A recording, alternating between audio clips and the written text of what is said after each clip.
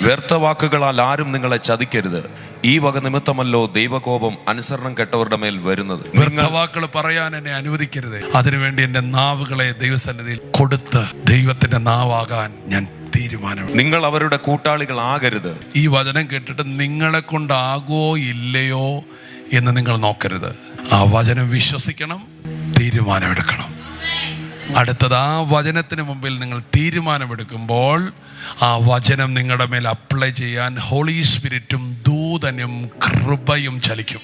ഏത് വചനം കേൾക്കുമ്പോഴും ഏത് പ്രസംഗം കേൾക്കുമ്പോഴും തീരുമാനം, മൈ ഡിസിഷൻ.